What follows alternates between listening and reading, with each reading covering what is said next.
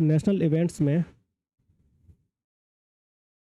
सबसे पहले बात करेंगे पीएम मित्र की।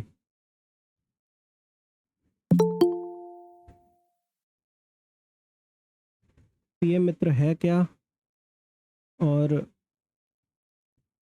शुरुआत कब से हुई है? तो यहाँ देखो, 3 फरवरी 2026 को वस्त्र मंत्रालय में राज्य मंत्री पवित्रा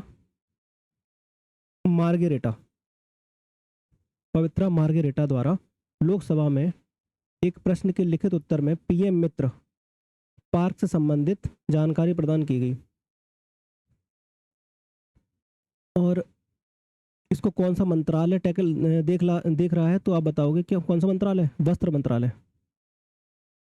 वस्त्र मंत्रालय ने भारतीय वस्त्र उद्योग को सुदृढ़ करने के लिए जो है पीएम मित्र पार्क की शुरुआत की है।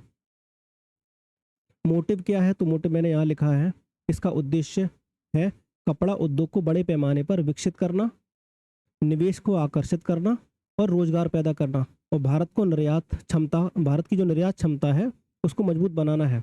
जिसका मेन मोटिव है पीएम मित्र पार्क। ठीक है, और इसमें आप देखोगे ये सारी बातें लिखी हुई है, निवेश को आकर्षित करना, रोजगार को सृजित करना और निर्यात क्षमता को बढ़ाना। पीएम मित्र पार्क राज्य सरकारों से प्राप्त प्रस्तावों के आधार पर स्थापित किए जाते हैं।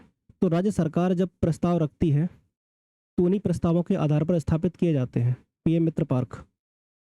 ठीक है, एक तरीके का एक ऐसा क्लस्टर विकसित करना, एक ऐसी इकाई स्थापित करना जहां पर कपास से लेके आप देखोगे कपड़े से लेके जो भी कच्चा माल है, कच्चे माल से लेके जो अंतिम उत्पाद है, वो सारा कुछ वहीं पे एक ही इकाई पे प्राप्त किया जा सके।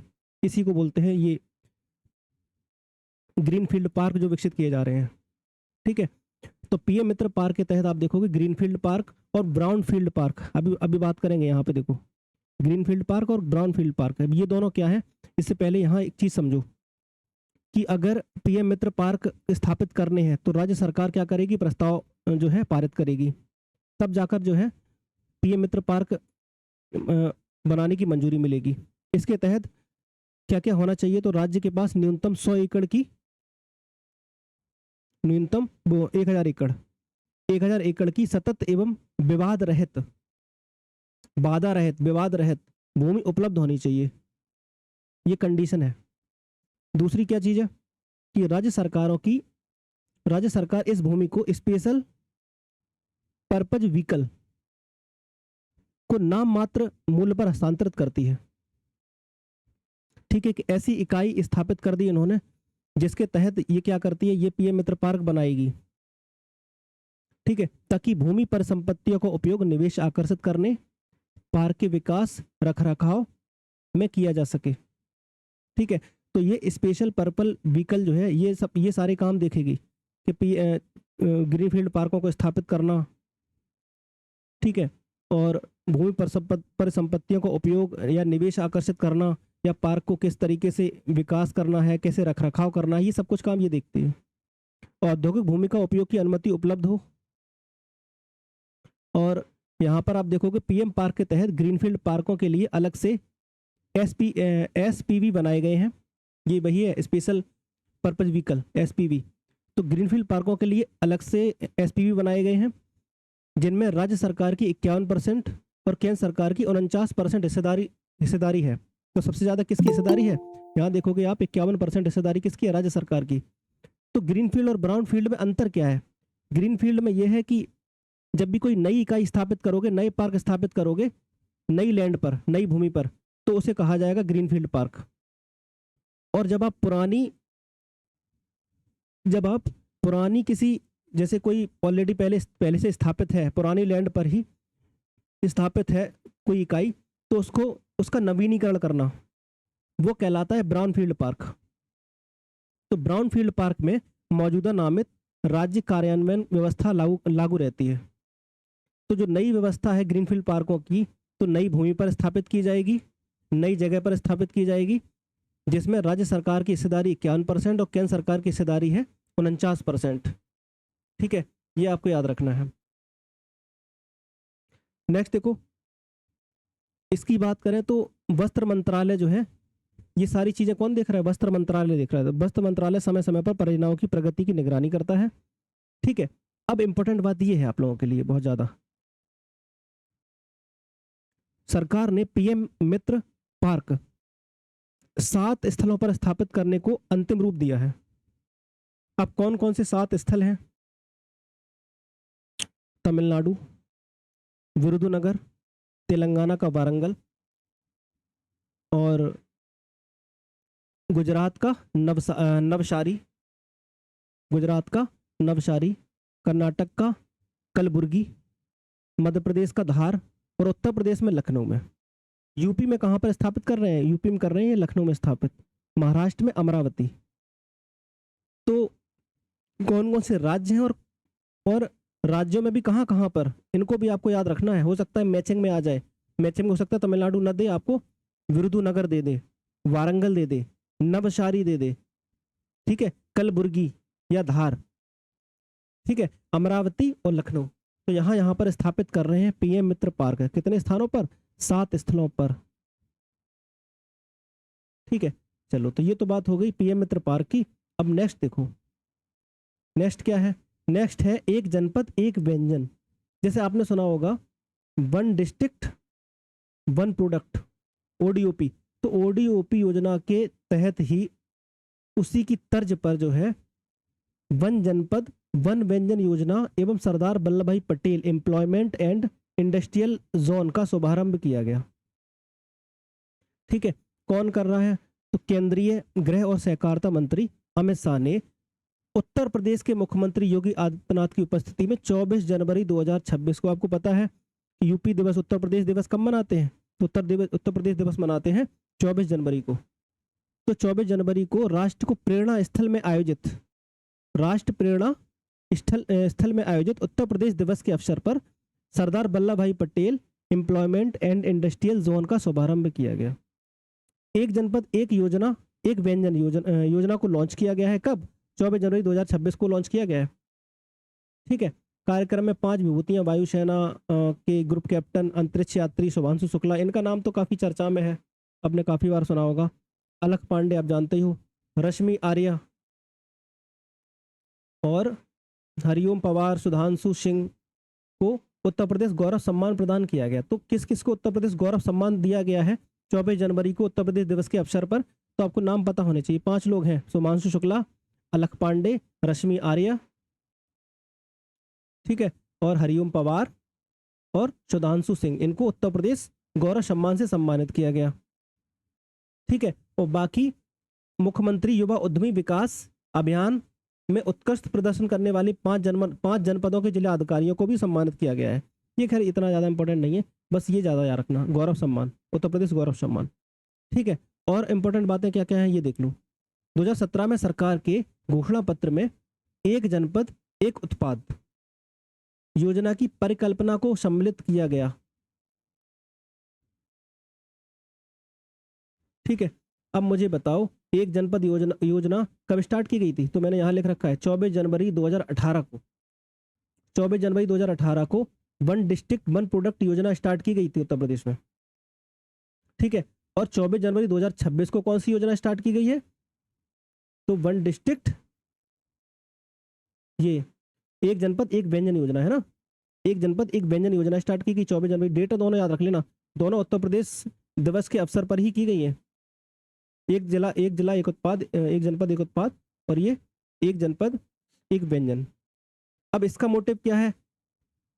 जो इसका मोटिव है कि प्रदेश की समृद्ध एवं विविध खान पान की परंपरा को राष्ट्रीय और अंतर्राष्ट्रीय पहचान दिलाना।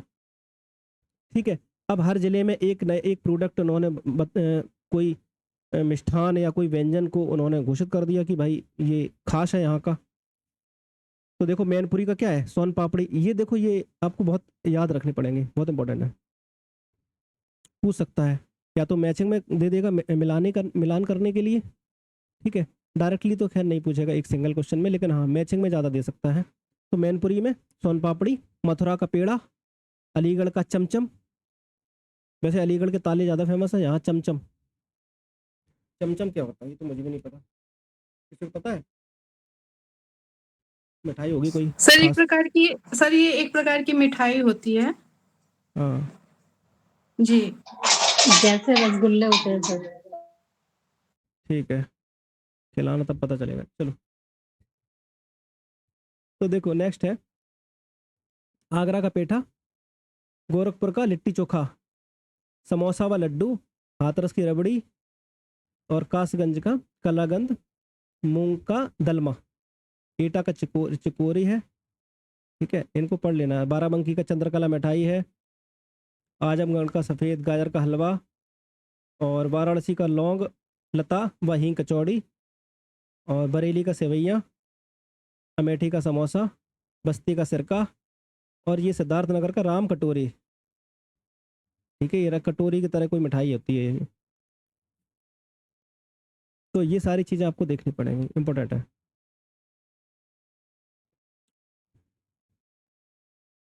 तो एक जिला एक व्यंजन मॉडल के तहत ही प्रदेश के सभी 18 मंडलों में कुजीन क्लस्टर विकसित किए जाएंगे। कुजीन क्लस्टर विकसित किए जाएंगे मतलब एक तरीके से जहाँ पर आपको हर प्रकार की मिठाई मिलेगी देखने को 18 मंडलों में, सभी 18 मंडलों में। सरदार वल्लभ भाई पटेल एम्प्लॉयमेंट इंडस्ट्रियल जोन योजना के अंतर्गत प्रदेश के प्रत्येक जनपद में रोजगार और औद्योगिक क्षेत्र स्थापित किए जाएंगे जो युवाओं को स्थानीय स्तर पर रोजगार उपलब्ध कराने और अर्थव्यवस्था को मजबूत करने के माध्यम बनेंगे। ठीक है, उद्योगों की स्थापना के साथ साथ युवाओं को प्रशिक्षण भी किया जाएगा। प्लेसमेंट और उद्यमिता से जोड़ना इस योजना का प्रमुख मोटिव है। योजना के अंतर्गत प्रत्येक जनपद में लगभग 100 एकड़ क्षेत्रफल में यह जोन विकसित किए जाएंगे। ठीक है, तो प्रत्येक जनपद में लगभग 100 एकड़, प्रत्येक जोन में G+3 का मतलब समझ रहे हो, ग्राउंड फ्लोर, तो ग्राउंड फ्लोर से 3 मंजिला इमारत। ठीक है, तो भवन में सरदार वल्लभ भाई पटेल रोजगार एवं कौशल विकास केंद्र स्थापित किए जाएंगे प्रत्येक जोन में, जो रोजगार प्रशिक्षण और कॉमन फैसिलिटी सेंटर के रूप में कार्य करेंगे। ठीक है, ये कुछ बातें थी यहाँ पे। सीएम युवा उद्यमी विकास अभियान के अंतर्गत उत्कृष्ट प्रदर्शन करने वाले 5 जनपद जौनपुर, आजमगढ़, हरदोई, अंबेडकर नगर, झांसी, इनको सम्मानित किया गया है। ठीक है, ये याद रखना।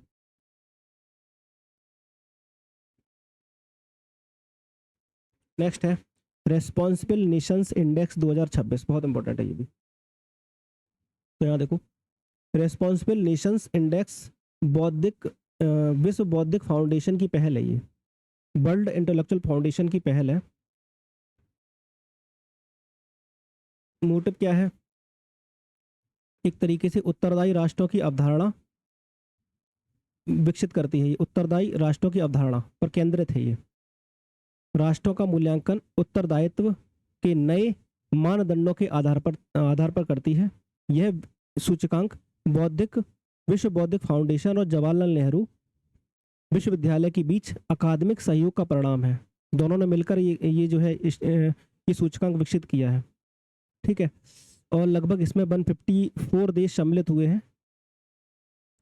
19 जनवरी 2026 को रेस्पॉन्सिबल नेशन इंडेक्स 2026 की संक्षिप्त रिपोर्ट नई दिल्ली स्थित डॉक्टर अंबेडकर अंतर्राष्ट्रीय केंद्र में लॉन्च किया गया। ठीक है, कब लॉन्च किया है इन्होंने? तो अंबेडकर अंतर्राष्ट्रीय केंद्र में लॉन्च किया है नई दिल्ली में। कब? 19 जनवरी 2026 को। रेस्पॉन्सिबल नेशन इंडेक्स को राष्ट्रीय प्रदर्शन का आकलन शक्ति और आर्थिक उत्पादन के बजाय उत्तरदायित्व के दृष्टिकोण से के लिए अधिकल्पित किया गया है कि कौन सा देश जो है कितना ज़्यादा उत्तरदायित्व है, अकाउंटेबल है। उस उत्तरदायित्व के दृष्टिकोण से जो है ये इन्होंने जो है इंडेक्स जारी किया है। और इसके मूल 3 स्तंभ हैं। पहला, आंतरिक उत्तरदायित्व, अपने नागरिकों के प्रति, गर्मा या छत्तीसगढ़ के प्रति किसी राष्ट्र का दायित्व, किस तरीके से वो अपने नागरिकों के प्रति अकाउंटेबल है। पर्यावरण की बात करें तो किस प्रकार से वो पारिस्थितिकी संरक्षण या सतत विकास के प्रति किसी राष्ट्र की प्रतिबद्धता को दर्शाता है कि इन्वायरमेंट के प्रति कितने जागरूक हैं ये।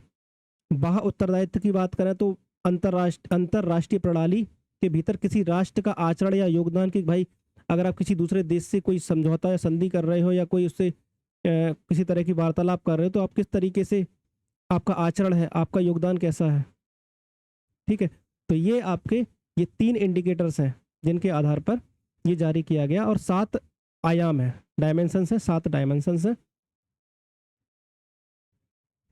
ठीक है, और लगभग 58 संकेतकों में से सबसे बड़ा हिस्सा विश्व बैंक से लिया गया है, जो विकास, शासन, आर्थिक और पर्यावरणीय मापदंडों के व्यापक कवरेज को दर्शाता है। ठीक है, इतना ज़्यादा डीपली इनको पढ़ने की जरूरत नहीं है, देखना चाहो तो आप देख सकते हो ये। ठीक है, बाकी जो इंपॉर्टेंट है वो मैंने हाईलाइट कर ही दिया है। यहाँ देखो, रिपोर्ट के अनुसार जो है भारत कुल मिलाकर 20 देशों में शामिल है। और कौन से नंबर पे भारत? तो रेस्पॉन्सिबल नेशन में अगर बात करें तो भारत 16वें नंबर पे आता है। ठीक है, पहले नंबर पे कौन है? तो पहले नंबर पे सिंगापुर, सेकंड नंबर पे स्विट्जरलैंड, तीसरे नंबर पे डेनमार्क, चौथे पे साइप्रस। ठीक है, बताओ मुझे जरा, साइप्रस जो है वो किस सागर में पड़ता है? मेडिटेरियन भूमध्य हाँ, सागर। भूमध्य सागर में। ठीक है, तीसरा मेडिटेरियन का सबसे बड़ा है, सिसिली सार्डिनिया के बाद। तो यहाँ पर रेस्पॉन्सिबल नेशन की बात करें तो पहले नंबर पे आता है सिंगापुर, सेकंड पे स्विट्जरलैंड, तीसरे पे डेनमार्क। ठीक है, और भारत यहाँ पर 16 नंबर पर है। अंतिम पायदान पर कौन है? मध्य अफ्रीकी गणराज्य, और इसके बाद कौन सा है? सीरिया। ठीक है, 154 नंबर पे है ना, मध्य अफ्रीकी गणराज्य। ठीक है, तो ये आपको याद रखना है। अगली बात करते हैं, प्रधानमंत्री का पश्चिम बंगाल और असम का दौरा।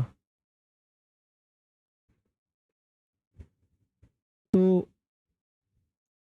मोदी जी ने 17 से 18 जनवरी 2026 को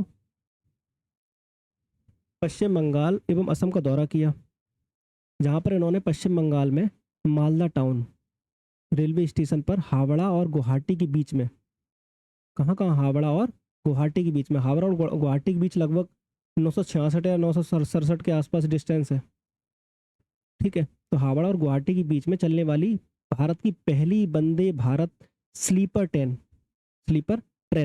वंदे भारत कामाख्या, वो हरी झंडी इन्होंने दिखाई है। ठीक है, तो पहली वंदे भारत स्लीपर ट्रेन चलाई गई है हावड़ा और गुवाहाटी के बीच में।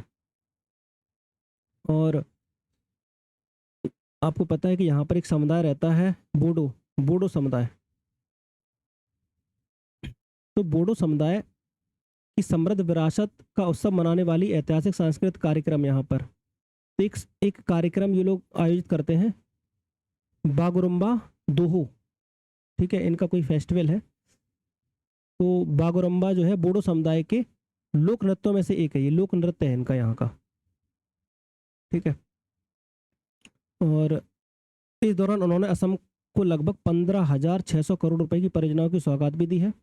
पश्चिम बंगाल के लिए लगभग 3200 करोड़ रुपए की 2 राष्ट्रीय राजमार्ग परियोजनाओं का शिलान्यास भी किया है।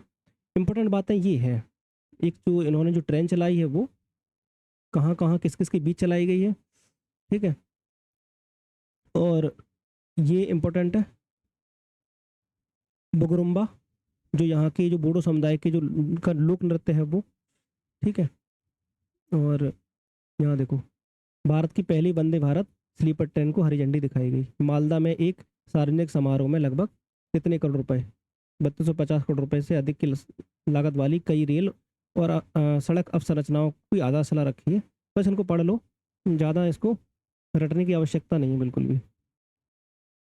यहाँ देखो, प्रधानमंत्री ने बालागढ़ में विस्तारित बंदरगाह द्वार प्रणाली की आधारशिला रखी है, बालागढ़ में, जिसे अंतर्देशीय जल परिवहन टर्मिनल और एक ओवरब्रिज शामिल है। जिसमें प्रधानमंत्री ने कोलकाता में अत्याधुनिक इलेक्ट्रिक कैटामरान का भी शुभारंभ किया है। ठीक है, तो प्रधानमंत्री ने कोलकाता में अत्याधुनिक इलेक्ट्रिक कैटामरान का भी शुभारंभ किया है, याद रखना।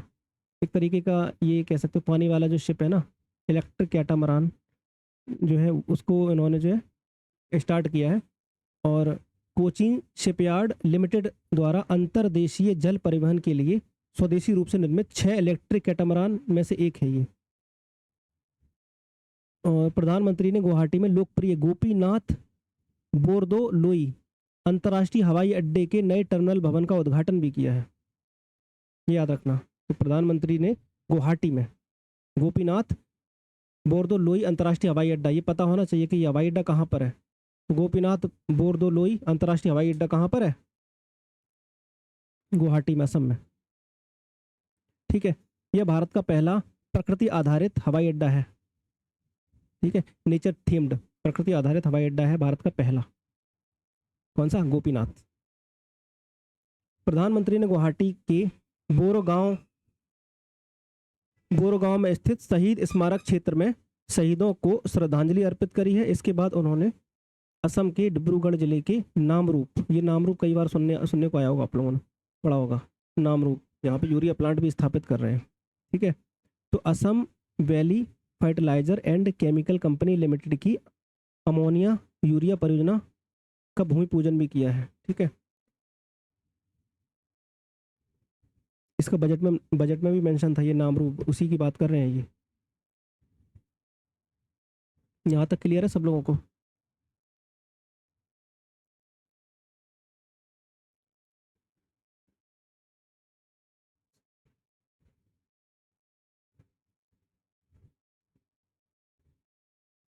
चलो ठीक है, नेक्स्ट देखो, स्टार्टअप इंडिया के 10 वर्ष। अब यहाँ एक चीज़ ध्यान देना, हालांकि हम लोग स्टार्टअप इंडिया और स्टैंड अप इंडिया दोनों की बात करेंगे। तो स्टैंड अप इंडिया जो है 5 अप्रैल 2016 को स्टार्ट हुआ था। और जो स्टार्टअप इंडिया है, इन्होंने घोषणा की थी 15 अगस्त 2015 को, स्वतंत्रता दिवस के अवसर पर मोदी जी ने। और शुभारंभ हालांकि हुआ था 16 जनवरी 2016 को, इसलिए इम्पोर्टेंट है क्योंकि 10 साल पूरे हुए हैं। ठीक है, इस पहल की परिकल्पना उद्योग और आंतरिक व्यापार संवर्धन विभाग के अंतर्गत की गई। ठीक है, तो उद्योग एवं आंतरिक व्यापार संवर्धन विभाग। यहाँ देखो, राष्ट्रीय स्टार्टअप दिवस कब मनाते हैं? तो 16 जनवरी को मनाया गया है, 16 जनवरी 2026 को मनाया गया है, राष्ट्रीय स्टार्टअप दिवस मनाते हैं, ये भी याद रखना है। और दिसंबर 2025 को तक भारत में 2 लाख से अधिक DPIIT department of promotion of industry and internal trade. ठीक है, कुल मिलाकर ये मान्यता प्राप्त स्टार्टअप है, इसके अंतर्गत ये मान्यता देता है स्टार्टअप्स को, department for promotion of industry and internal trade ये। ठीक है, इसमें रजिस्ट्रेशन करना पड़ता है अगर कोई स्टार्टअप स्टार्ट कर रहा है तो भारत दुनिया के सबसे बड़े स्टार्टअप पारिस्थितिकी तंत्रों में से शामिल है। खास बात ये है, देखो, दिसंबर 2025 तक मान्यता प्राप्त लगभग 48% स्टार्टअप्स में कम से कम एक महिला निदेशक या साझेदार है। ये बोला है उन्होंने, 48% स्टार्टअप में से कम एक महिला निवास। 2 वर्षों में भारत विश्व का तीसरा सबसे बड़ा स्टार्टअप पारिस्थितिकी तंत्र बनकर उभरा है, तीसरा। ठीक है, अब बात उठती है कि भाई दुनिया का ऐसा कौन सा देश है जहां सबसे ज़्यादा स्टार्टअप्स हैं, या सबसे ज़्यादा स्टार्टअप्स पारिस्थितिकी तंत्र बनकर कौन सा देश उभरा है? तो आप बताओगे क्या? अमेरिका। तो पहले नंबर पे अमेरिका आता है, सेकंड नंबर पे आता है यूके, तीसरे पे भारत आता है और चौथे पे आता है सिंगापुर स्टार्टअप्स पारिस्थितिकी तंत्र के मामले में। ठीक है, और यहाँ देखो 14 फरवरी 2026 को केंद्रीय मंत्रिमंडल द्वारा startup India fund of funds 2.0 की स्थापना भी की गई है। ठीक है, startup India funds of funds 2.0 की स्थापना हुई है, जिसमें लगभग 10,000 करोड़ रुपए का कोष आवंटित किया गया है। इसका मोटिव क्या है? देश की जो स्टार्टअप्स इकोसिस्टम के लिए वेंचर कैपिटल जुटाना। ठीक है, 945 करोड़ रुपए की कोष राशि के साथ ही स्टार्टअप इंडिया सीड फंड योजना स्टार्टअप्स को अवधारणा प्रमाण प्रोटोटाइप विकास या उत्पाद परीक्षण, बाजार में प्रवेश तथा वाणिज्यिक जैसी गतिविधियों के लिए वित्तीय सहायता प्रदान करना। सरकार ये काम कर रही है, इसीलिए उन्होंने कोष स्थापित किया है। और यहाँ पर राज्यों की स्टार्टअप रैंकिंग के रूप में इन्होंने विभाजित किया है इनको रैंकिंग के आधार पे। जैसे बेस्ट परफॉर्मर की बात करें तो टॉप परफॉर्मर की बात करें या लीडर्स की बात करें नेतृत्वकर्ता के रूप में, ठीक है। तो श्रेणी ए और श्रेणी बी, तो श्रेणी ए में बेस्ट परफॉर्मर में कौन है? गुजरात। श्रेणी बी में आप देखोगे बेस्ट परफॉर्मर में अरुणाचल प्रदेश और गोवा है, ठीक है। यहाँ पर आप देखोगे उत्तर प्रदेश कहाँ आता है? तो उत्तर प्रदेश आता है टॉप परफॉर्मर में, ठीक है। तो श्रेणी ए में कर्नाटक, पंजाब, तमिलनाडु के साथ यूपी भी आता है और श्रेणी बी में हिमाचल प्रदेश। नेतृत्वकर्ता में लगातार प्रगति एवं सुधार, लीडर्स में वो आते हैं जो लगातार प्रगति कर रहे हैं, सुधार कर रहे हैं। ऐसे राज्य हैं जो लगातार प्रगति और सुधार कर रहे हैं, उनमें आंध्र प्रदेश, हरियाणा, केरला या एमपी और ये सब। ये रटना मत, ठीक है, बस इनको देख लो। बाकी अपना यूपी कहाँ आता है ये पता होना चाहिए, टॉप परफॉर्मर में आता है, ठीक है। बेस्ट परफॉर्मर में भी नहीं आ रहा, किस में आ रहा है? टॉप परफॉर्मर में आ रहा है। नेक्स्ट देखो, उभरते स्टार्टअप पारिस्थितिकी तंत्र की बात करें तो श्रेणी ए में ये छत्तीसगढ़, राष्ट्रीय राजधानी क्षेत्र दिल्ली, ठीक है, बाकी छोड़ दो। स्टार्टअप, राष्ट्रीय स्टार्टअप पुरस्कार की बात करें तो कृषि नवाचार पुरस्कार, तो कृषि में इनोवेशन कौन लेके आ रहे हैं? तो ऐसे राज्य जो कृषि में इनोवेशन कर रहे हैं काफी, ठीक है। तो एरीट स्टार्टअप का नाम है, एरीट कोई कंपनी है जो काफी कृषि में, एग्रीकल्चर में इनोवेशन कर रही है। कहाँ की है? महाराष्ट्र की, ठीक है। महिला नेतृत्व इनोवेटर में आप देखोगे एरिवेशन fashion tech private limited Haryana की है। ये स्टार्टअप्स हैं, ये जितने दे रखे हैं बीच में, ठीक है। किन किन क्षेत्रों में काम कर रहे हैं वो दे रखा है, वह कहाँ का है वो दे रखा है। अब बात करते हैं विश्वविद्यालय अनुदान आयोग उच्च शिक्षा संस्थानों में समता के संवर्धन हेतु विनियमन 2026। तो भारत सरकार के राजपत्र में विश्वविद्यालय अनुदान आयोग यूजीसी द्वारा विश्वविद्यालय अनुदान आयोग विनियम 2026 अधिसूचित किया गया है। इन नियमों द्वारा 2012 के पुराने जो विश्वविद्यालय अनुदान आयोग के जो नियम हैं उनको ये प्रतिस्थापित करेगा। तो नए नियम बनाए हैं विश्वविद्यालयों के लिए, ठीक है। कौन नियम बनाता है? विश्वविद्यालय अनुदान आयोग बनाता है, यूजीसी। तो ये नियम भारत के सभी उच्च शिक्षण संस्थानों पर अनिवार्य रूप से लागू भी होंगे,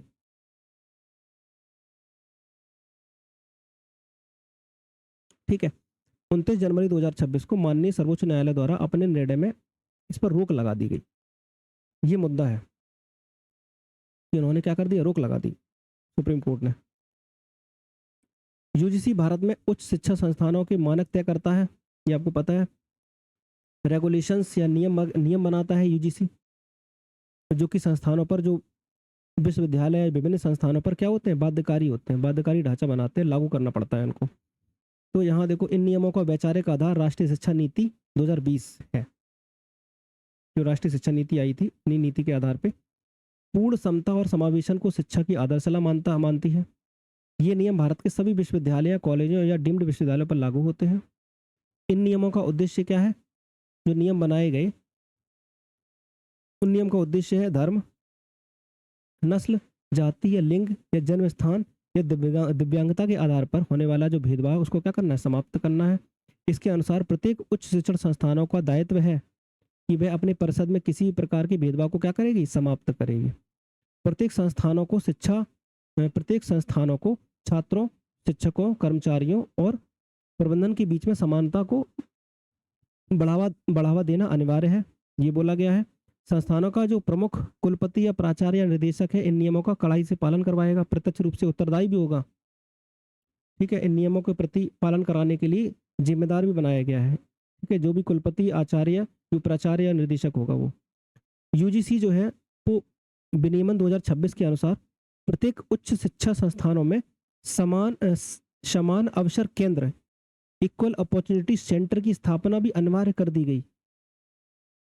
ठीक है, समान अवसर केंद्र की स्थापना भी कर रहे हैं प्रत्येक जो कुछ संस्थान है उसमें। ठीक है, इसी सबको देखते हुए यहाँ पर आप देखोगे समता समिति का गठन भी किया जाएगा। इसी प्रत्येक समान अवसर केंद्र के अंतर्गत समता समिति का भी गठन कर रहे हैं और इस समिति का अध्यक्ष संस्थान का जो प्रमुख होगा वो होगा। नियमावली सामान्य वर्ग के छात्रों के लिए नुकसानदेह साबित हो सकती है, ये बोला गया। इसके विरोध में ये बोला गया कि जो नियमावली बनाई गई है वो सामान्य वर्ग के छात्रों के लिए नुकसानदेह साबित हो सकती है, क्योंकि इसके तहत इनके खिलाफ झूठे आरोप भी लगाए जा सकते हैं। आशंका बनी रहेगी झूठे आरोपों की, जिससे शैक्षणिक और सामाजिक स्तर पर कठिनाइयों का सामना भी करना पड़ सकता है इनको। तो इन नियमों को चुनौती दी गई सुप्रीम कोर्ट में, जनहित याचिका दायर की गई। चुनिंदा वर्गों को विशेष संरक्षण प्रदान करती है ये नियमावली, जिसके कारण समाज के विभिन्न तबकों में आने वाले अनेक छात्र इसके दायरे से बाहर भी हो जाएंगे। इसीलिए जो है इसको सुप्रीम कोर्ट ने क्या कर दिया, सुप्रीम कोर्ट ने इसको रोक लगा दी है। ठीक है, अगली बात करते हैं शांति अधिनियम 2025। यह अधिनियम भारत के परमाणु कानूनी ढांचे को समेकन और आधुनिकीकरण करता है तथा नियामकीय निगरानी के तहत परमाणु क्षेत्र में सीमित निजी भागीदारी को सक्षम बनाता है। ठीक है, यह परमाणु ऊर्जा नियामक बोर्ड को वैधानिक मान्यता प्रदान करके वैधानिक नियमन को सुदृढ़ भी करता है। साथ ही वर्ष 2047 तक 100 गीगावाट परमाणु ऊर्जा क्षमता प्राप्त करने के दीर्घकालिक लक्ष्य को भी आगे बढ़ाने में सहायता करता है। ठीक है, क्योंकि टारगेट है 2047 तक भारत को विकसित बनाएंगे। ठीक है, अब यहाँ 100 गीगावाट परमाणु ऊर्जा क्षमता भी करनी है।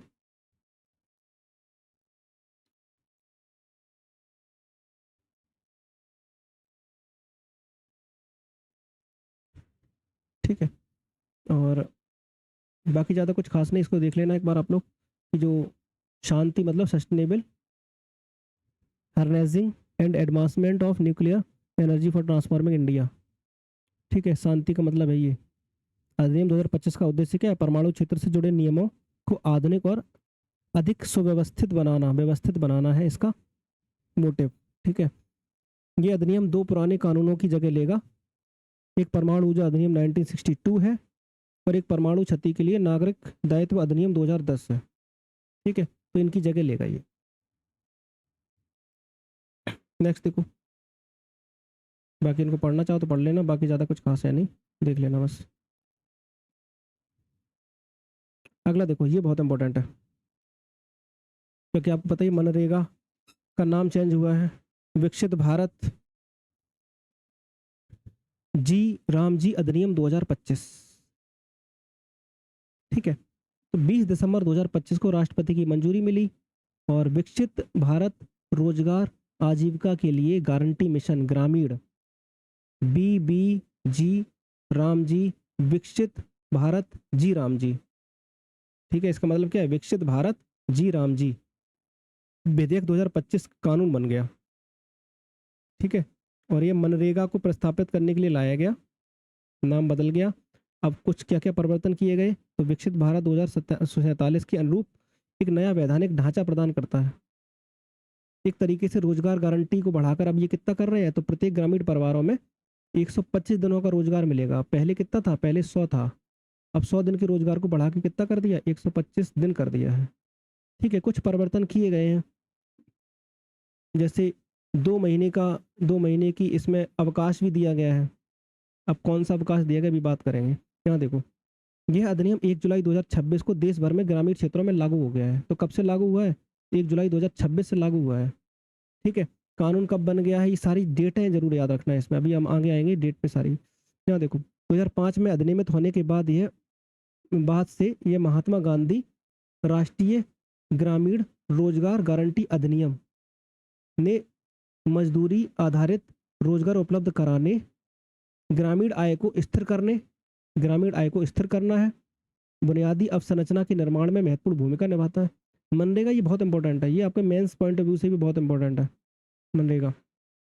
ठीक है, नेक्स्ट देखो, ये कुछ इंपॉर्टेंट बातें हैं जो आपको याद रखनी है कि ये सब कुछ इसमें एक एक डेट याद रखनी है। लोकसभा में प्रस्तुति हुई थी इसकी, लोकसभा में प्रस्तुत किया गया था 16 दिसंबर 2025 को, और 16 के बाद ये 18 दिसंबर 2025 को ये दोनों सदनों में पारित हो गया था। ठीक है, और राष्ट्रपति की मंजूरी मिली और भारत के राजपत्र में प्रकाशित हुआ है। ये डेट चाहो तो छोड़ सकते हो, 21 दिसंबर। ठीक है, और प्रति ग्रामीण परिवार कुल गारंटीकृत कार्यबल कितना हो गया? पहले 100 था, अब 125 हो गया।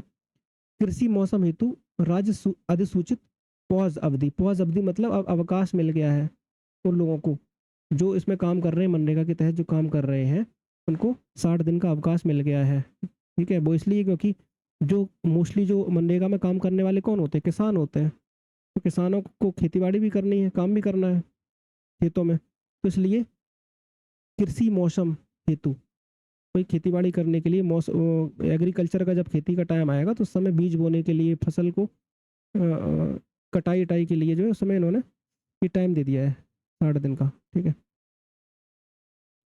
मजदूरी भुगतान साप्ताहिक आधार पर काम किए जाने की तिथि से लगभग 15 दिन में भुगतान मिल जाएगा। साप्ताहिक आधार पर काम किए जाने की तिथि से 15 दिन में। ठीक है, काम न मिलने पर 15 दिन के बाद बेरोजगारी भत्ता मिलेगा अगर काम नहीं मिल रहा है।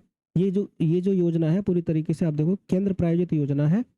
और लागत साझेदारी की बात करें तो सामान्य राज्यों में देखें तो यही वैसे रेशियो तो यही रहता है, मोस्टली योजनाओं में यही रेशियो रहता है कि 60% हिस्सेदारी जो है वो राज्य की रहती है, 40 रहती है, वो 60 केंद्र की रहती है, सेंटर की, और 40 स्टेट की रहती है, राज्य की। ठीक है, 90 ये केंद्र की, कहाँ पर?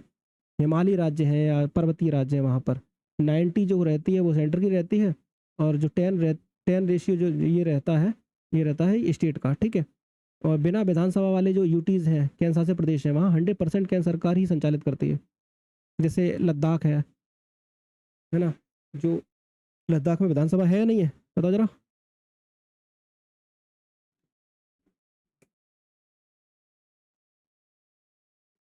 नहीं पता? लेफ्टिनेंट गवर्नर रहता है। हाँ, लद्दाख में विधानसभा नहीं है ना, इतना बवाल क्यों कटा हुआ है?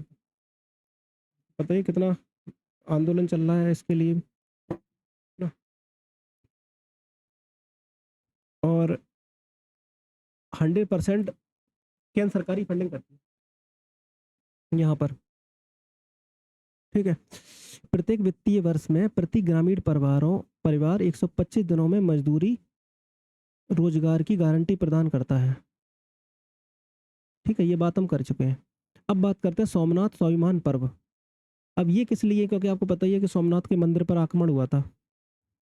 ठीक है, और सोमनाथ का मंदिर पर आक्रमण किसने किया था? महमूद गजनवी। हाँ, गजनवी ने आक्रमण किया था। और कौन से नंबर का आक्रमण था? 17 ना। 17वां आक्रमण, है ना। तो स्वाभिमान पर्व 1026 महमूद गजनवी द्वारा सोमनाथ मंदिर पर किए गए अभिलिखित आक्रमण की 1000वीं वर्षगांठ के उपलक्ष्य में मनाया गया। ठीक है, और प्रधानमंत्री नरेंद्र मोदी ने इस अवसर पर मुख्य आध्यात्मिक और स्मरण कार्यक्रम में 10 से 11 जनवरी 2026 के मध्य भाग लिया। इन्होंने भाग लिया इसमें। और नरेंद्र मोदी ने श्री सोमनाथ न्यास के अध्यक्ष, मतलब सोमनाथ न्यास के अध्यक्ष कौन होते हैं, बताओ जरा। सोमनाथ न्यास का अध्यक्ष कौन होता है? पीएम ही तो होता है। अब पीएम अभी मोदी जी हैं तो मोदी जी हैं, हो सकता है जब कोई आगे दूसरा कोई आएगा तो दूसरा हो सकता है। 11 मई 2026 को प्रधानमंत्री नरेंद्र मोदी सोमनाथ अमृत महोत्सव के अवसर पर वहां उपस्थित रहे हैं। और गुजरात के वेरावल के निकट प्रभास पाटन में स्थित सोमनाथ केवल एक पूजा स्थल नहीं है बल्कि भारत की सभ्यतागत निरता एक जीवंत प्रतीक भी है। ठीक है, सोमनाथ स्वाभिमान पर्व का आयोजन जो है 1026 में सोमनाथ मंदिर पर हुए पहले अभिलिखित आक्रमण में 1000 वर्ष पूर्व होने के उपलक्ष्य में स्मरणोत्सव के रूप में मनाया गया, उसकी याद में। ठीक है, और 1947 में इधर सरदार वल्लभ भाई पटेल ने भी सोमनाथ के खंडरों का दौरा किया था और मंदिर के पुनर्निर्माण का अपना दृढ़ संकल्प भी व्यक्त किया था इन्होंने। ठीक है, उस समय। नेक्स्ट बात करते हैं राष्ट्र प्रेरणा स्थल। 25 दिसंबर को क्या मनाते हैं? Governance day. हाँ, प्रशासन दिवस। तो प्रधानमंत्री नरेंद्र मोदी ने लखनऊ में पूर्व प्रधानमंत्री अटल बिहारी वाजपेयी की 101वीं जयंती पर राष्ट्र प्रेरणा स्थल का उद्घाटन भी किया। प्रधानमंत्री ने कहा कि 25 दिसंबर को अटल बिहारी वाजपेयी, महामना मदन मोहन मालवीय और महाराजा बिजली पासी की जयंती का विशेष दिन है। इन सबकी जयंती है 25 दिसंबर को ही। ठीक है, और उन्होंने देश की एकता, पहचान और सुशासन में बड़ा योगदान भी दिया है। तो राष्ट्र प्रेरणा स्थल पूछे कहाँ पर है, तो क्या बताओगे? लखनऊ में। लखनऊ में ही तो इसका उद्घाटन हुआ है, तो लखनऊ में। यहाँ देखो, राष्ट्र प्रेरणा स्थल को स्थायी राष्ट्रीय महत्व के एक प्रमुख राष्ट्रीय स्मारक प्रेरणास्पद परिसर के रूप में विकसित किया गया है। ठीक है, प्रेरणास्पद परिसर के रूप में कि ये भाई महान विभूति हैं, इनसे लोग प्रेरणा लेंगे। ठीक है, तो राष्ट्र प्रेरणा स्थल कहाँ पर? लखनऊ में। 230 करोड़ की लागत से निर्मित 65 एकड़ में विशाल क्षेत्र में फैला हुआ है परिसर है ये। ठीक है, जो यह परिसर नेतृत्व मूल्य, राष्ट्र सेवा या सांस्कृतिक चेतना और जन प्रेरणा को बढ़ावा देने के लिए राष्ट्र को समर्पित एक स्थायी राष्ट्रीय धरोहर के रूप में विकसित किया गया है। ठीक है, परिकल्पित किया गया है। इस परिसर में आप देखोगे श्यामा प्रसाद मुखर्जी, पंडित दीनदयाल उपाध्याय, पूर्व प्रधानमंत्री अटल बिहारी वाजपेयी की 65 फीट की ऊंची कांस्य प्रतिमाएं भी स्थापित की गई हैं, जो भारत की राजनीतिक विचारधारा और राष्ट्र निर्माण और सार्वजनिक जीवन में उनके मौलिक योगदान के प्रतीक भी हैं। ठीक है, और एक आधुनिक संग्रहालय भी है यहाँ पे, जिसे कमल के आकार की संरचना में डिजाइन किया गया है। ठीक है, बस इतनी बात है, कुछ याद रख लो प्रेरणा स्थल के बारे में। ठीक है, 230 करोड़ की लागत है, 65 एकड़ में फैला हुआ है। अब बात करते हैं यूनेस्को की जो इंटेंजिबल जो कल्चरल साइट्स हैं, यूनेस्को की अमूर्त सांस्कृतिक विरासत सूची दिवाली को शामिल किया गया है। अब कुल मिलाकर दिवाली को शामिल करने के बाद लगभग कितने अमूर्त सांस्कृतिक स्थल हो गए हैं भारत में? तो अमूर्त सांस्कृतिक स्थल भारत में हो गए अब कुल मिलाकर 16। ठीक है, तो यहाँ देखो यूनेस्को की अंतर सरकारी समिति का जो 20वां सत्र के दौरान दीपावली को मानवता की अमूर्त सांस्कृतिक विरासत की प्रतिनिधि सूची में शामिल कर दिया गया है। ठीक है, यहाँ देखो इंपॉर्टेंट बात ये है कि ये कब किया गया था? तो पहली बार तो यूनेस्को की अमूर्त सांस्कृतिक विरासत की अंतर सरकारी समिति का जो 20वां जो सत्र का आयोजन हुआ है वो कहाँ हुआ है? वो हुआ है मध्य लाल किला, ये नई दिल्ली में आयोजित हुआ है। पहली बार भारत में हो रहा है। इंपॉर्टेंट बात ये है, ये पहली बार भारत में ये समिट हो रहा है। इस समिति की बैठक भारत में आयोजित हुई है, जो भारत की सांस्कृतिक कूटनीति और सॉफ्ट पावर को मजबूती मिलती है इससे। ये आप आंसर राइटिंग में मेंस में आंसर राइटिंग में कर सकते हो कि जब भी भारत को सॉफ्ट पावर के रूप में दिखाना हो तो आप दिखा सकते हो कि भारत को सॉफ्ट पावर के रूप में, कि ये एक पहली बार जो है अमूर्त सांस्कृतिक विरासत जो समिति का जो 20वां सत्र का जो आयोजन हुआ है वो नई दिल्ली में भारत में हुआ है। एक तरीके से भारत की सांस्कृतिक कूटनीति और सॉफ्ट पावर को दिखाता है। ठीक है, बाकी आप देखो कि 2021 में दुर्गा पूजा को अमूर्त विरासत के रूप में घोषित किया गया था, 2023 में गरबा को किया गया था। ठीक है, और अभी जो हाल फिलहाल जो किया गया है 2025 में वो किया गया है दिवाली को। बस ये सारी बातें आपको याद रखनी है इसमें। नेक्स्ट देखो, स्वास्थ्य सुरक्षा में राष्ट्रीय सुरक्षा उपकर अधिनियम। ठीक है, इसको आप लोग खुद पढ़ लेना, ज़्यादा खास तो नहीं है लेकिन एक बार देख लेना आप लोग इसको।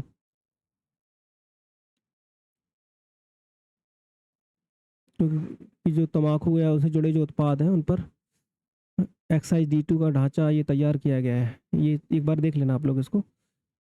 ठीक है, यहाँ देखो जनगणना 2027, ये इंपॉर्टेंट है काफ़ी।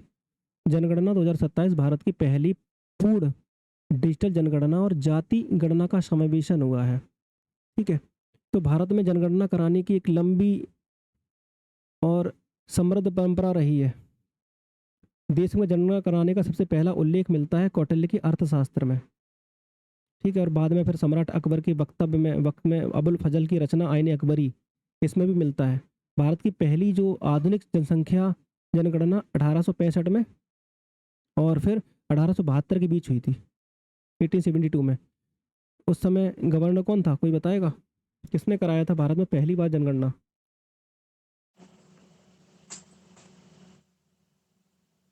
लॉर्ड मेयो ने। Sir Lord Mayo. मेयो ने।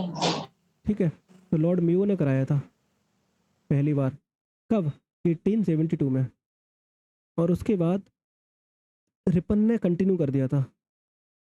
कब से, कोई बताएगा? 1882 से। 1882 से, वेरी गुड। ठीक है, तो रिपन ने यहाँ से कंटिन्यू कर दिया था, नियमित जनगणना स्टार्ट कर दी थी। तो भारत में पहली समन्वित जनगणना 1881 में की गई, यहाँ लिखा हुआ है देखो, 1881-82 में हुई।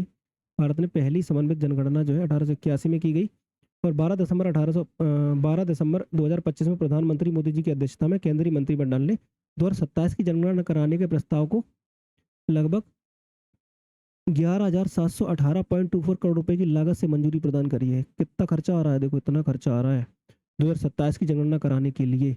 और 2027 की जनगणना पहली बार कैसी होगी? पूरी तरीके से डिजिटल जनगणना होगी और जिसमें जातिगत जनगणना भी शामिल है। जातिगत जनगणना भी कर रहे हैं ये पहली बार। ठीक है, यहाँ देखो, भारत विश्व भारत की जनसंख्या विश्व की सबसे बड़ी प्रशासनिक और सांख्यिकी कार्य है। जनगणना जो है विश्व का सबसे बड़ा प्रशासनिक और सांख्यिकी कार्य है। जनगणना देश की 16वीं जनगणना होगी ये 2027 की। कौन से नंबर की? 16वीं। स्वतंत्रता के बाद की कौन सी होगी? 8वीं जनगणना होगी। जनगणना अधिनियम 1948 और जनगणना अधिनियम 1990 जनगणना के संचालन के लिए कानूनी ढांचा प्रदान करते हैं। ये आज़ादी के बाद पहली बार वर्ष 2027 की जनगणना के सभी समुदायों की जाति गणना शामिल होगी। पहली बार जाति का जनगणना कर रहे हैं और 2027 में भारत की पूर्णता डिजिटल जनगणना भी कर रहे हैं। ये एक क्रांतिकारी बदलाव है जो पहली बार डिजिटल जनगणना कर रहे हैं। इसके तहत सरकार ने कई तकनीकी नवाचारों की भी घोषणा की है। डेटा संग्रह के लिए पहली बार मोबाइल ऐप का प्रयोग कर रहे हैं। बहुभाषी समर्थन के साथ जनगणना निगरानी प्रबंधन पोर्टल, जनगणना के 2 चरणों के लिए जनता के लिए ऑनलाइन स्वगणना, डेटा प्रसंस्करण के सुव्यवस्थित करने के लिए कोड निर्देशिका, 30 लाख क्षेत्रीय कार्यकर्ता प्रशिक्षण ट्रेंड कर रहे हैं। 30 लाख से ऊपर लगभग इन्होंने कार्यकर्ता लगा रखे हैं। इसके लिए जनगणना 2 अलग अलग चरणों में आयोजित की जाएगी। पहले चरण में क्या करेंगे? केंद्र शासित प्रदेश और लद्दाख और जम्मू कश्मीर। ठीक है, केंद्र शासित प्रदेश जम्मू कश्मीर, हिमाचल प्रदेश, उत्तराखंड के बर्फीले क्षेत्र लगभग 1 अक्टूबर 2026 से इन्होंने स्टार्ट कर दिया है। जो केंद्र शासित प्रदेश लद्दाख है और यूटी जो जम्मू कश्मीर है, जो पहाड़ी जो राज्य है हिमाचल प्रदेश उत्तराखंड, ये बर्फीली क्षेत्र है। ठीक है, उसको छोड़कर जनगणना जो है की तिथि 1 मार्च 2027 से इन्होंने स्टार्ट करी है। मध्यरात्रि 12 बजे से ये स्टार्ट कर दी है। बाकी अन्य जगहों पर यहाँ देखो, जनगणना 2027 के लिए उठाए गए नए उपाय। देश में डिजिटल माध्यम से पहली बार जनगणना हो रही है। डेटा संग्रहण के लिए मोबाइल एप्लीकेशन का प्रयोग कर रहे हैं। एंड्रॉयड और iOS दोनों संस्करण के लिए उपलब्ध होंगे ये। ठीक है, एक समर्पित पोर्टल है जिसका नाम है census management and monitoring system. Portal विकसित किया गया है जो पूरी जनगणना प्रक्रिया को वास्तविक समय के प्रबंधित और निगरानी करने के लिए है। एक एप्लीकेशन बनाया गया है। ठीक है, ये वाला। और दूसरा देखो, हाउस लिस्टिंग ब्लॉक। यहाँ देखो, house listing block create map application. इसको भी जनगणना 2027 के लिए एक और नवाचार माना गया है, जो कि house listing block creator web map application, जिसका उपयोग प्रभारी अधिकारियों द्वारा किया जाएगा। ठीक है, और जनगणना 2027 में जाति गणना को भी शामिल करने का निर्णय लिया गया है। ठीक है, यहाँ देखो जनगणना 2027 का पहला चरण 1 अप्रैल 2026 से शुरू हुआ है। ये डेट है, इंपॉर्टेंट है, इनको याद रखना। जनगणना जो 2027 का जो पहला चरण है कब से शुरू हुआ है? 1 अप्रैल 2026 से शुरू हुआ है। ठीक है, अंडमान और निकोबार द्वीप समूह और दिल्ली छावनी बोर्ड, गोवा, कर्नाटक, लक्षद्वीप, मिजोरम, उड़ीसा, सिक्किम में 1 अप्रैल से 15 अप्रैल तक स्वगणना और 16 अप्रैल से 15 मई 2026 तक मकान सूचीकरण और आवास गणना जनगणना आयोजित की गई है। ठीक है, जो इंपॉर्टेंट बात है ये है ऊपर।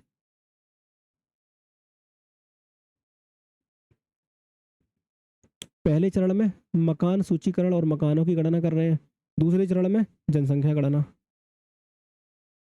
चलो यहाँ देखो 56वां भारतीय अंतर्राष्ट्रीय फिल्म महोत्सव 2025। तो 56वां अंतर्राष्ट्रीय फिल्म महोत्सव का जो आयोजन है ये कहाँ पर हो रहा है? तो याद रखना गोवा में, मोस्टली गोवा में ही होता है हमेशा। ठीक है, गोवा में कहाँ पर? पणजी में आयोजित हो रहा है। और अपने पारंपरिक इंडोर स्टेडियम लॉन्च के स्थान पर इसका उद्घाटन समारोह जो एक कार्निवल परेड के रूप में प्रस्तुत किया गया। और उद्घाटन फिल्म जो है ब्राजीलियाई निर्देशक गैब्रियल मस्कारो द ब्लू ट्रेल एक विज्ञान कथा फिल्म है। इसका जब उद्घाटन हुआ था तो फिल्म कौन सी दिखाई गई यहाँ पे? तो ये वाली जो है द ब्लू ट्रेल। ठीक है, निर्देशक इसके ये हैं गैब्रियल मस्कारो। ठीक है, इस फिल्म ने बर्लिन अंतर्राष्ट्रीय फिल्म महोत्सव 2025 में सिल्वर बियर ग्रैंड जूरी पुरस्कार जीता है। ठीक है, और जो अंतर्राष्ट्रीय फिल्म महोत्सव है इसमें जापान को फोकस देश रहा है, जापान फोकस देश रहा है, ये याद रखना। जबकि पार्टनर देश कौन सा रहा है? पार्टनर देश रहा है स्पेन और स्पॉटलाइट देश ऑस्ट्रेलिया। ठीक है, तो इसमें फोकस देश याद रखना है, पार्टनर देश याद रखना है। ठीक है, बाकी इसको आप स्किप कर सकते हो। नेक्स्ट देखो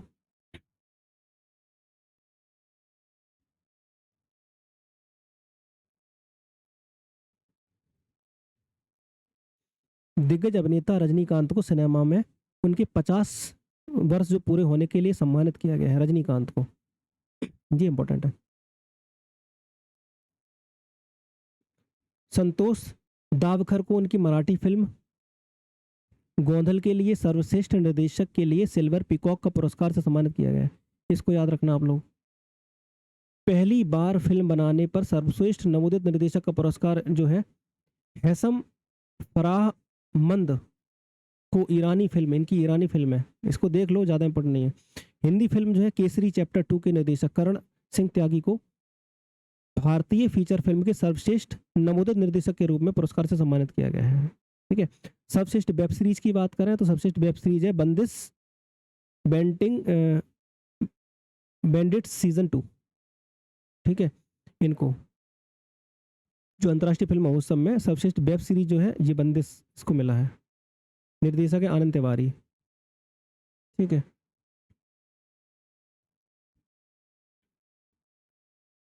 नेक्स्ट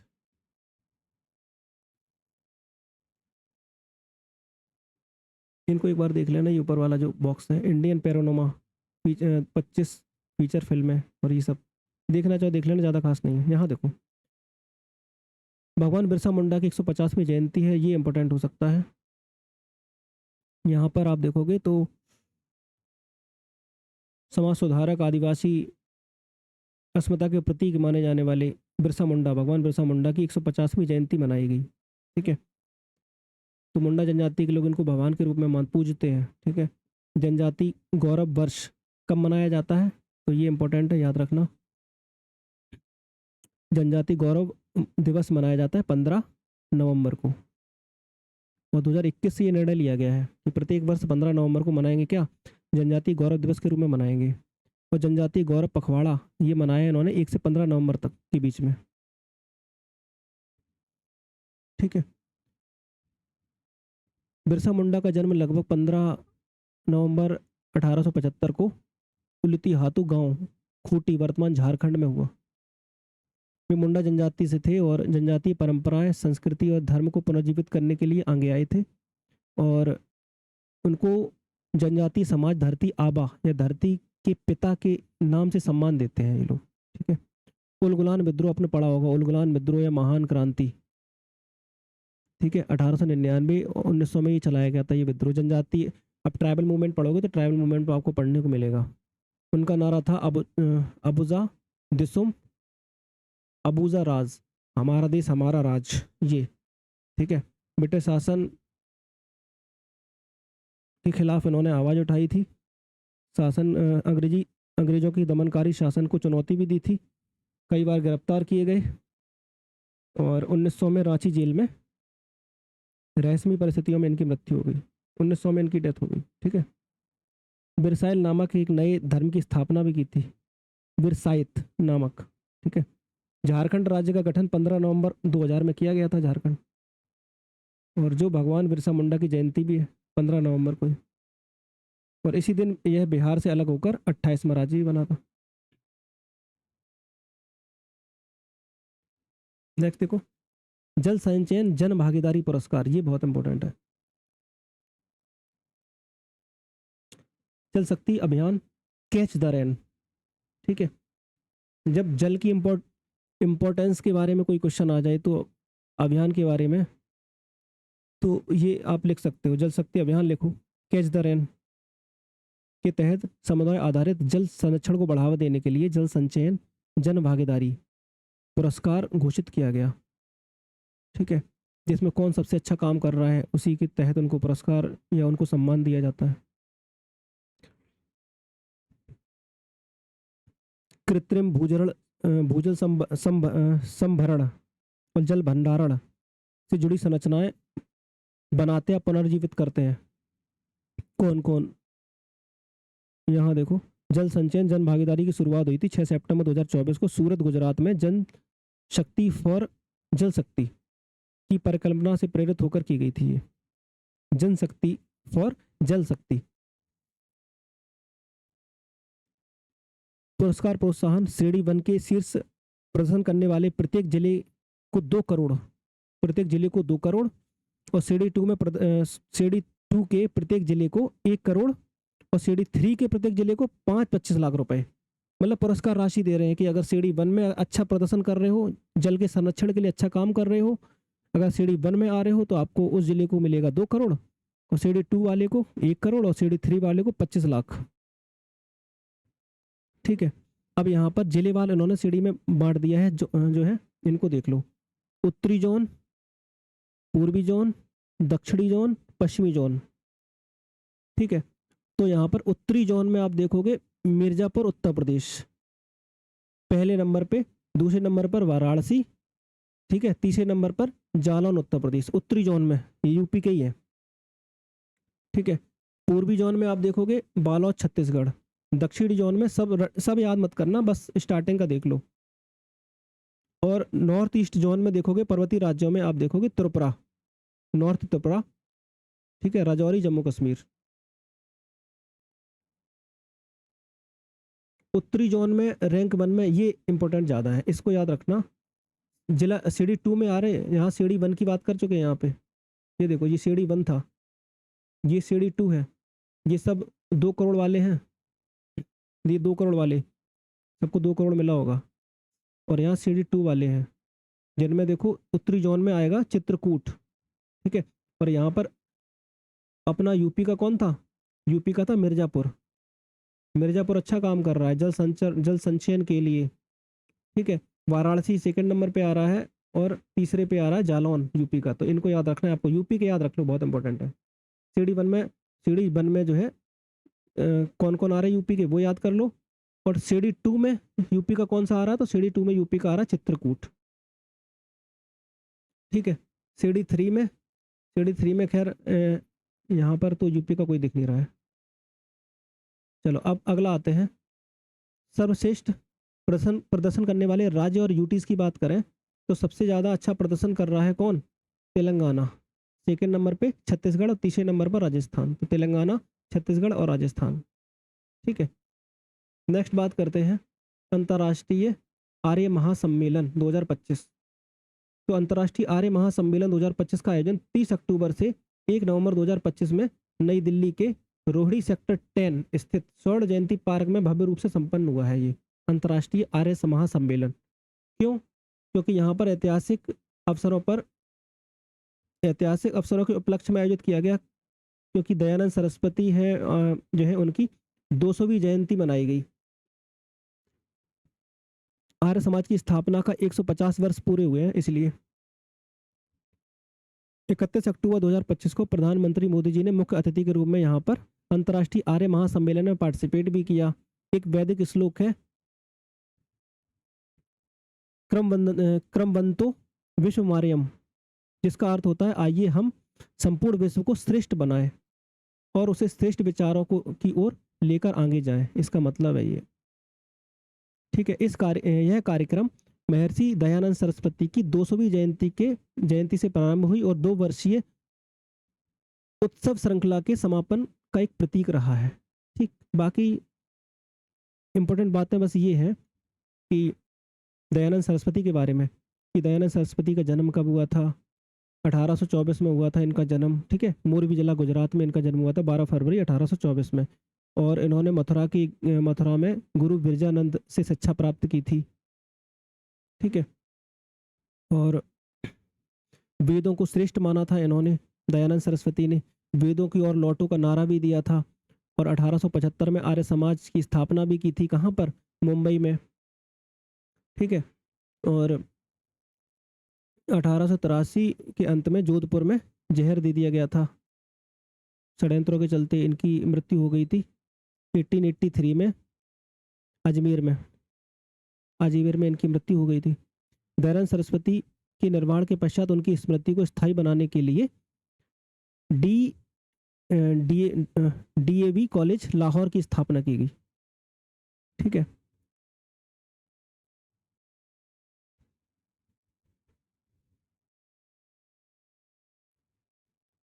अब ये लाल किले के पास एक भीषण विस्फोट हुआ था, तो इसमें ज़्यादा कुछ खास नहीं है, देखना चाहो पढ़ सकते हो। इसका अमोनियम नाइट्रेट का यूज किया गया था। ठीक है, मतलब अधिक अमोनियम नाइट्रेट और अन्य विस्फोटक सामग्री बरामद की गई थी यहाँ पे फरीदाबाद और यहाँ पे गाँव में कुछ जगह पे 2900 किलोग्राम से अधिक की अमोनियम नाइट्रेट का मिला था। ठीक है, यहाँ देखो केरल जो है उसको चरम गरीबी मुक्त राज्य घोषित किया गया है।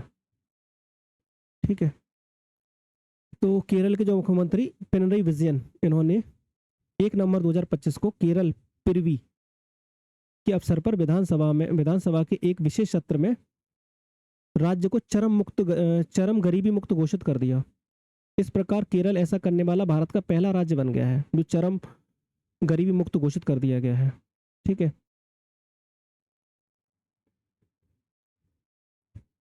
और इधर आ जाओ, यहाँ देखो मॉडल यूथ ग्राम सभा एक वैश्विक शैक्षिक पहल है जो छात्रों को ग्राम सभा प्रक्रियाओं का व्यवहारिक अनुभव देती है। यह राष्ट्रीय शिक्षा नीति 2020 के अनुरूप है जो युवाओं को सक्रिय नागरिकता के लिए तैयार करती है। पंचायती राज मंत्रालय, शिक्षा मंत्रालय और जनजातीय कार्य मंत्रालय के सहयोग से एक मॉडल यूथ ग्राम सभा की शुरुआत की गई। सिम्युलेटेड ग्राम सभाओं के माध्यम से संचालित है ये, और मुख्य रूप से जवाहर नवोदय विद्यालय, एकलव्य मॉडल आवासीय विद्यालय और राज्य सरकारी स्कूलों के छात्रों के लिए है ये। ठीक है, बाकी ये सब छोड़ देना, कोई ज़्यादा खास नहीं है। Road accident in India 2023 report जारी की गई है। पुराना हालांकि काफ़ी है, अगस्त 2025 का, इतना बैक तो नहीं जाना चाहिए क्योंकि दिसंबर में पेपर है ना। ठीक है, तो फिर भी देख लो यहाँ पर राष्ट्रीय राजमार्गों तमिलनाडु में सबसे अधिक सड़क दुर्घटनाएं दर्ज की गई हैं, जबकि सड़क दुर्घटनाओं में मृत व्यक्तियों की संख्या उत्तर प्रदेश में ज़्यादा है। सड़क दुर्घटनाओं से मरने वालों की संख्या यूपी में ज़्यादा है, लेकिन दुर्घटनाएं सबसे ज़्यादा कहाँ हुई हैं? तमिलनाडु में। ठीक है,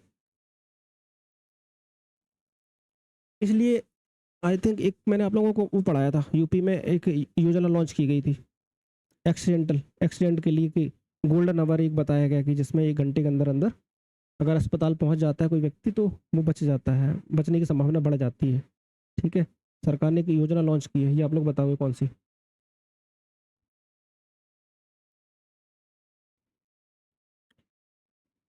यहाँ देखो, कुल सड़क दुर्घटनाओं में तमिलनाडु सबसे अधिक सड़क दुर्घटनाएं दर्ज की गई हैं।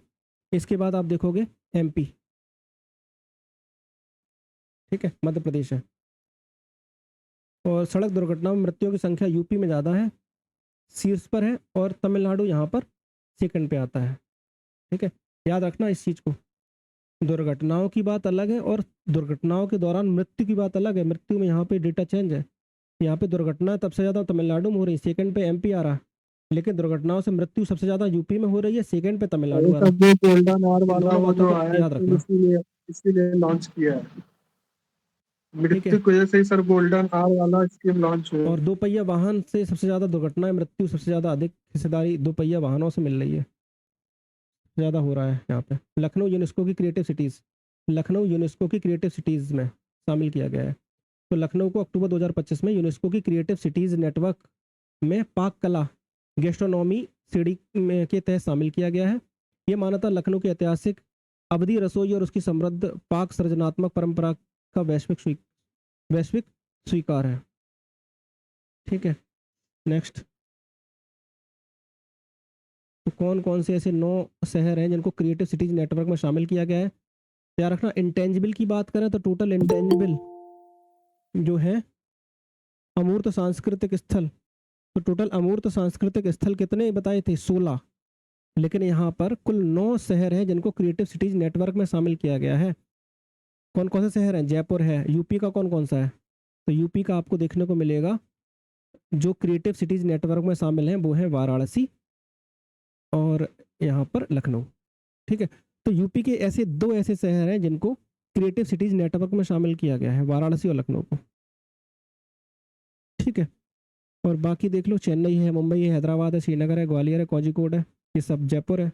जयपुर के क्षेत्र में हस्तकला और लोक कला में, वाराणसी संगीत में, चेन्नई भी संगीत में, मुंबई फिल्म में, हैदराबाद गैस्ट्रोनॉमी पाक कला में, श्रीनगर हस्तकला लोक कला में, ग्वालियर संगीत में, वाराणसी चेन्नई ग्वालियर ये संगीत में है, कोझिकोड साहित्य में, लखनऊ गैस्ट्रोनॉमी पाक कला में। ठीक है, 2025 में लखनऊ को शामिल किया गया है।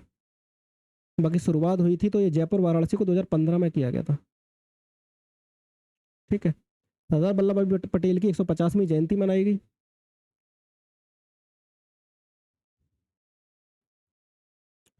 तो 150वीं जयंती मनाई गई है, तो देश भर में सरदार वल्लभ भाई पटेल की 150वीं जयंती मनाई गई, इसको याद रखना है।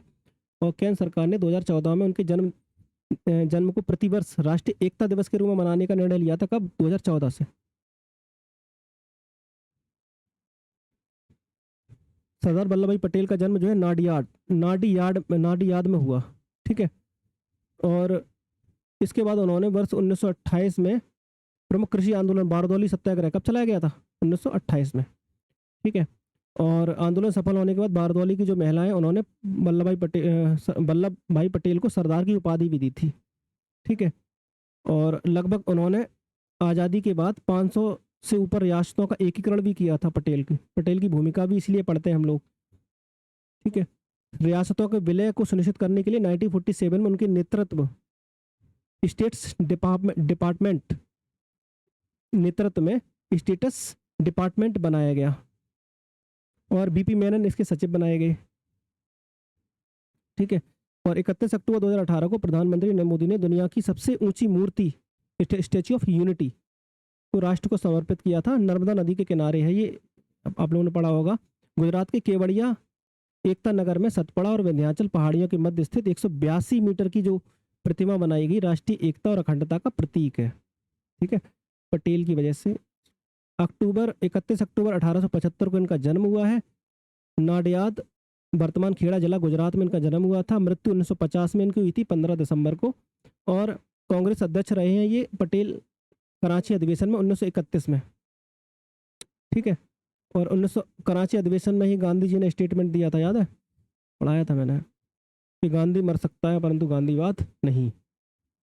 तो स्वतंत्र भारत में पद की बात करो तो प्रथम उप प्रधानमंत्री रहे हैं, गृह मंत्री रहे हैं। भारत रत्न 1991 में मरणोपरांत इनको प्रदान किया गया। इनके बारे में कुछ बातें हैं, याद रखनी है।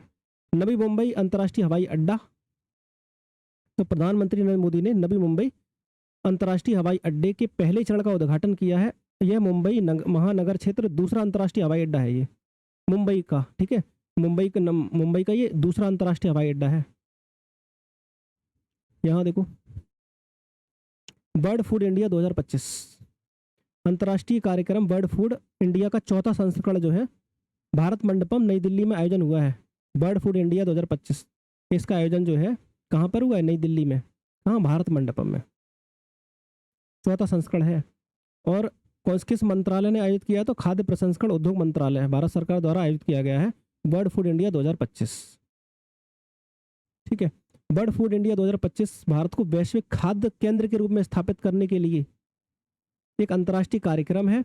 मोदी जी ने उद्घाटन किया है और न्यूजीलैंड और सऊदी अरब ने भागीदार देश के रूप में इसमें पार्टिसिपेट किया है, ठीक है। फोकस देश कौन कौन से हैं? तो जापान है, यूएई है, वियतनाम है, रशिया है। ये 4 कंट्रीज हैं जो कि फोकस देश हैं, ठीक है। इस कार्यक्रम के दौरान 24वें India international sea food show का आयोजन भी किया गया है। Sea food 24वां India international sea food.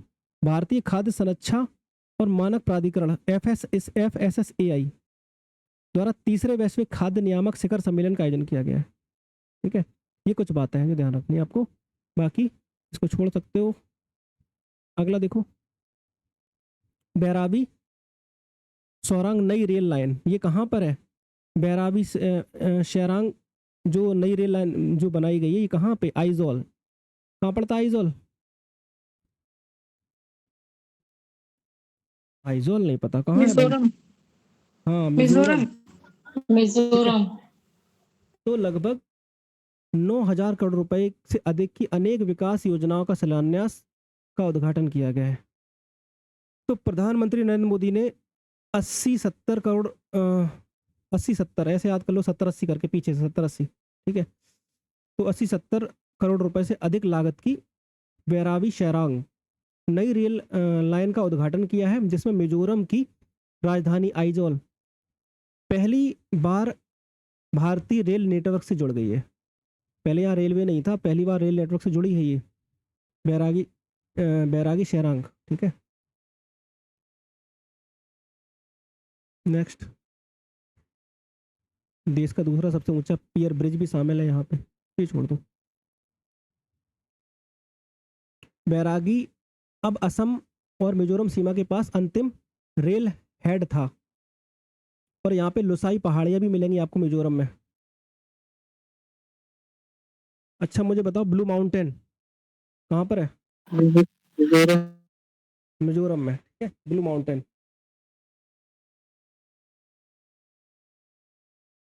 और ये LPG बाटलिंग प्लांट की भी आधारशिला रखी गई है आइजोल के मोहाल खांग में।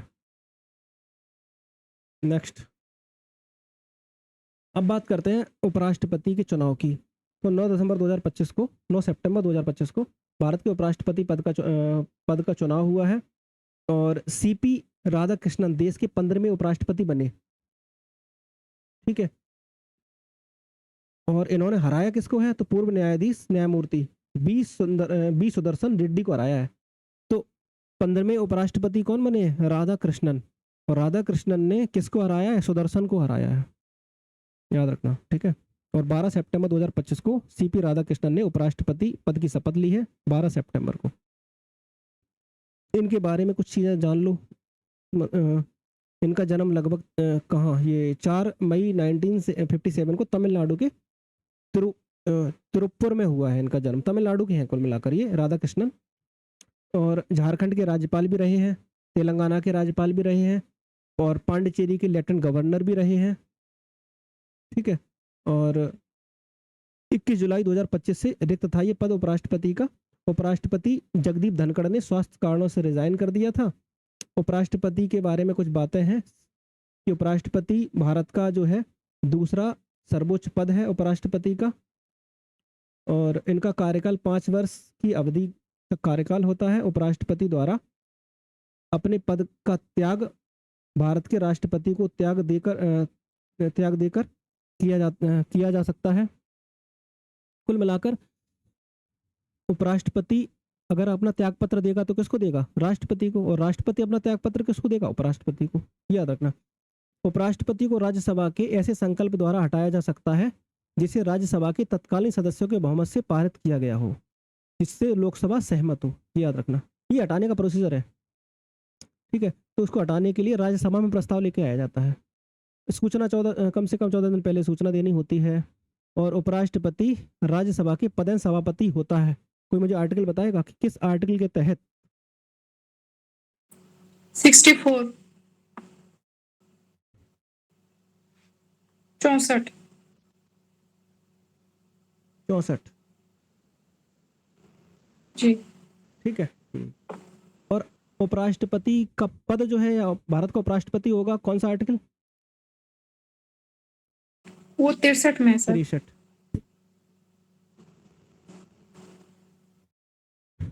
चलिए, 6 माह के भीतर इसका चुनाव कराना होता है। अगर राष्ट्रपति किसी परिस्थिति में या राष्ट्रपति की मृत्यु हो जाए या त्यागपत्र दे दे तो तत्काल चुनाव कराना होता है।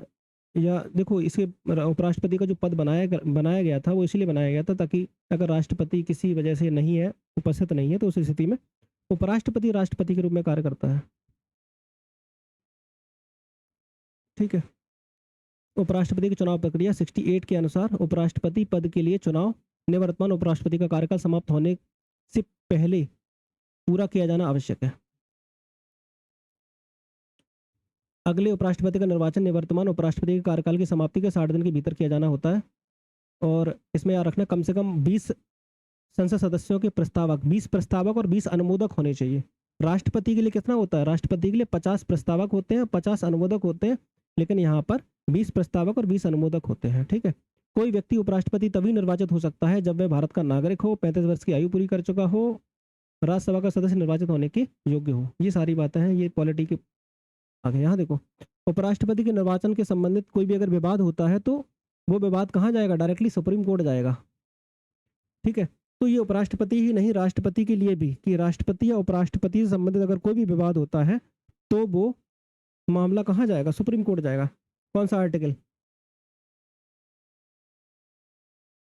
कोई बताएगा किस आर्टिकल के तहत राष्ट्रपति या उपराष्ट्रपति के चुनाव संबंधी विवाद सुप्रीम कोर्ट में जाते हैं? आर्टिकल 71। ठीक है, याद रखना है। वायु सर्वेक्षण 2025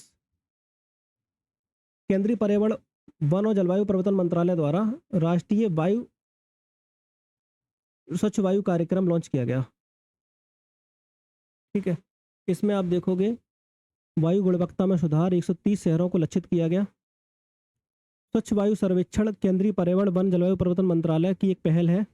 उद्देश्य क्या है? एयर क्वालिटी और शहर कार्य योजना के अंतर्गत उसकी गतिविधियों के कार्यान्वयन के आधार पर रैंकिंग देता है। ये रैंकिंग प्रदान करता है कि एयर क्वालिटी कैसी है। तो केंद्रीय पर्यावरण, वन, जलवायु परिवर्तन मंत्री भूपेंद्र यादव ने इसको जो है स्वच्छ वायु सर्वेक्षण अवार्ड भी प्रदान किए हैं, जिसमें आप देखोगे कैटेगरीज, जिसमें शीर्ष श्रेणियाँ सीडी 1 में 10 लाख से अधिक जनसंख्या ली गई है, सीडी 2 में 3 लाख से 10 लाख के बीच की पॉपुलेशन ली गई है, और सीडी 3 में 3 लाख से कम पॉपुलेशन ली गई है।